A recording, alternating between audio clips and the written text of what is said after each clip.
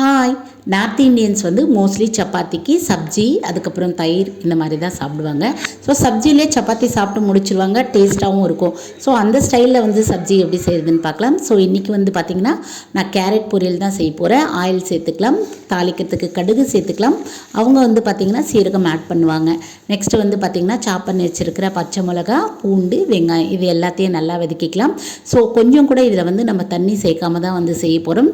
தேவையான அளவுக்கு உப்பு சேர்த்துக்கிறேன். இதை வந்து லிட் க்ளோஸ் பண்ணி அப்பப்போ மிக்ஸ் பண்ணி விட்டுறேன். கருவேப்பிலையும் கொஞ்சம் ஆட் பண்ணிக்கிறேன். இந்த பொரியலுக்கு வந்து பார்த்திங்கன்னா நான் நிறைய வெங்காயம் எடுத்திருக்கேன். ஸோ வெங்காயம் அதிகமாக சேர்த்து நம்ம இப்போ இந்த கேரட் பொரியல் வந்து செய்ய போகிறோம்.